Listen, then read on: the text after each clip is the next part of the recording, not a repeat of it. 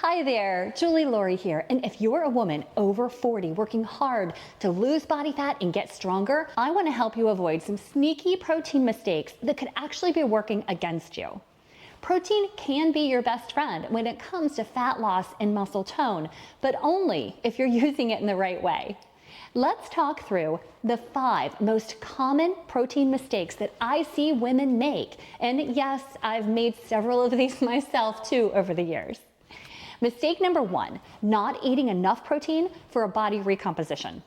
One of the most common mistakes that I see women make when they're trying to do that body recomp where you're losing fat and building muscle at the same time is not eating enough protein. Now, I get it.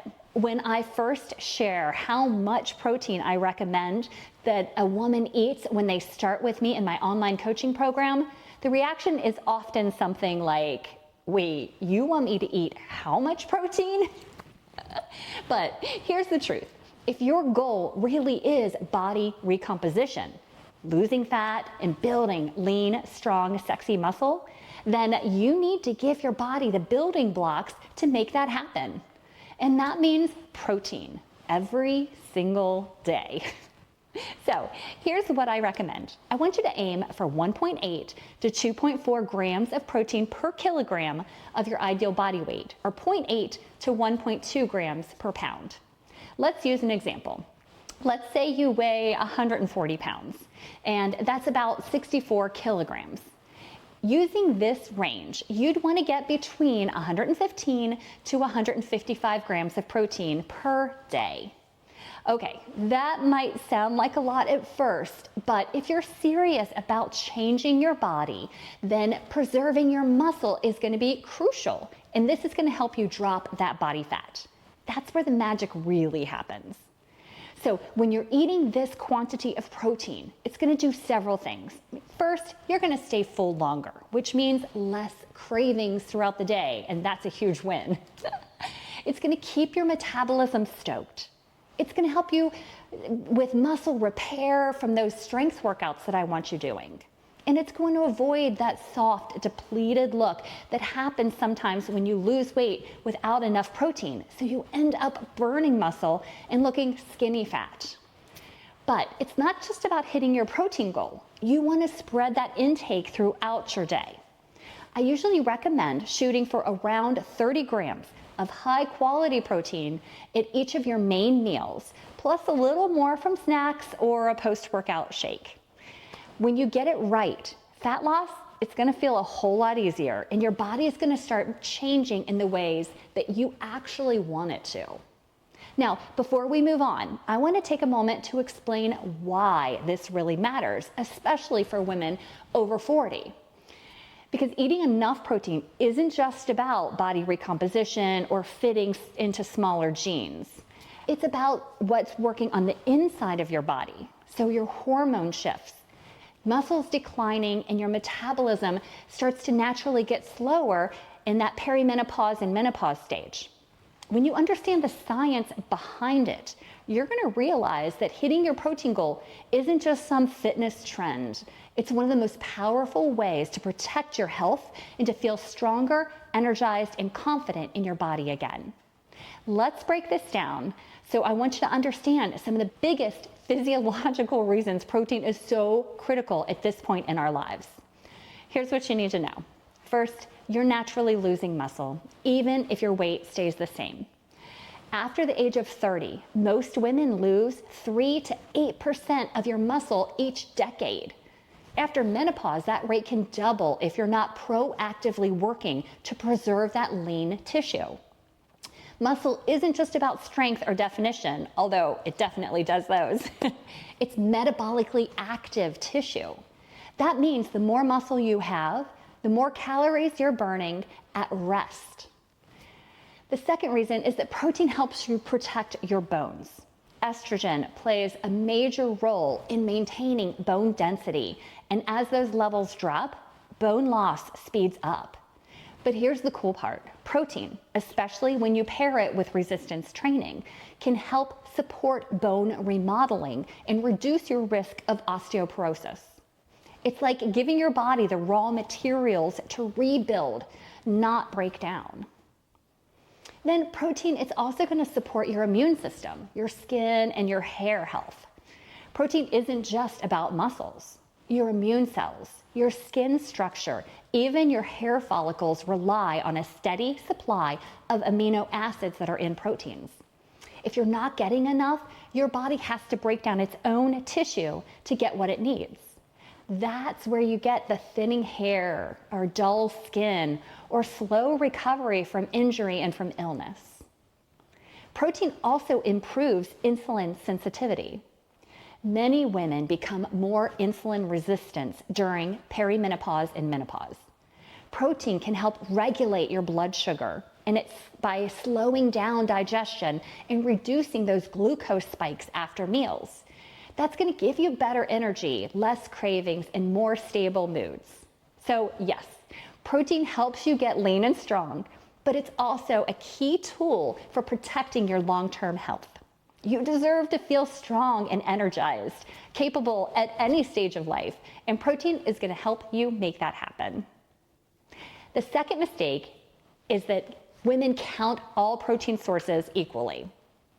So this really is a common mistake I see a lot, where all protein sources are just assumed that they are as valuable for your body. Let me give you an example. A lot of women think they're getting plenty of protein at breakfast because they've had oatmeal with almond butter. And while that might sound healthy, and it can be, neither oats nor nut butter are complete sources of protein. They contain some small amounts of protein, but not the right balance of essential amino acids your body needs to build and maintain a muscle. So yes, almond butter adds healthy fats and some protein, while oats are a great source of fiber with a little protein. But relying on them to hit your protein goals, that's where things start to fall off, really. For the best results, especially if you're trying to lose fat and gain muscle at the same time, is that you want to focus on complete proteins. Those that give you the full amino acid profile that your body really needs to recover from those workouts and to maintain your lean mass.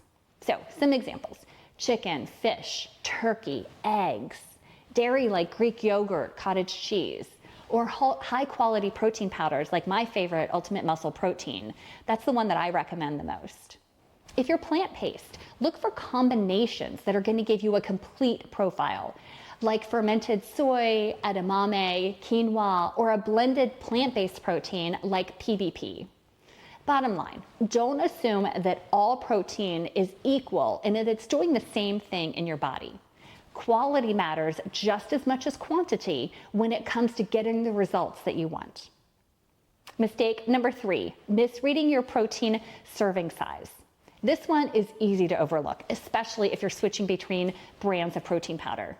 Some protein powders give you 20 grams of protein in 1 scoop. Others, you might need 2 scoops to get 20 grams. I always tell my clients, don't just go by the scoop, but check the label. Look for at least 20 to 25 grams of actual protein per serving, not just total grams in the scoop. That's just the overall weight. And here's a bonus tip. If you're using a protein powder that tastes great, mixes easily, and keeps you full, you're way more likely to use it consistently. That's why I stick with my Beverly International Ultimate Muscle Protein. It's my go-to. I use it every single day, and I'll put a link down in the show notes if you want to check that out. Mistake number 4, skipping protein at breakfast or saving it all for dinner. This one is so common, and it can feel kind of sneaky. A lot of women save the majority of their protein for dinner without realizing how much that can really throw things off. Your body doesn't really store up protein from later or make up from it all at once when you need steady amounts throughout the day instead.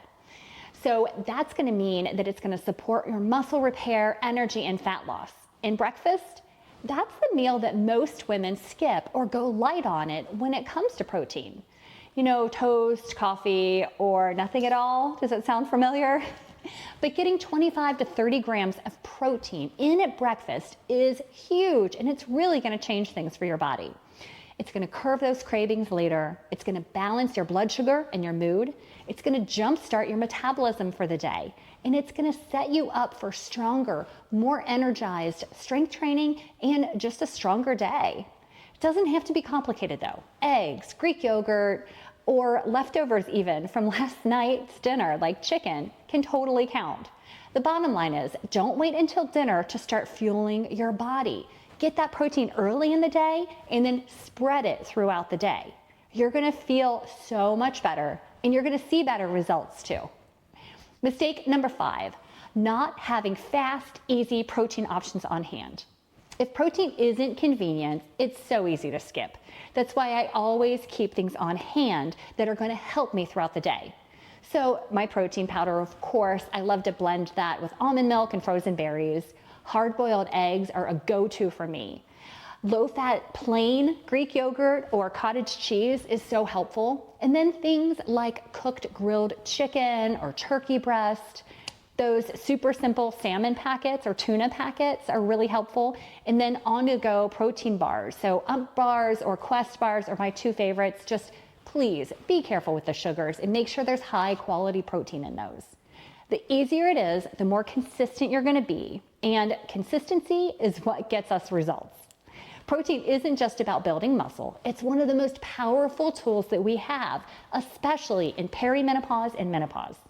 Avoid these common mistakes and you're gonna start feeling better and getting the results that you deserve from all of your hard work without going to extremes or restrictions.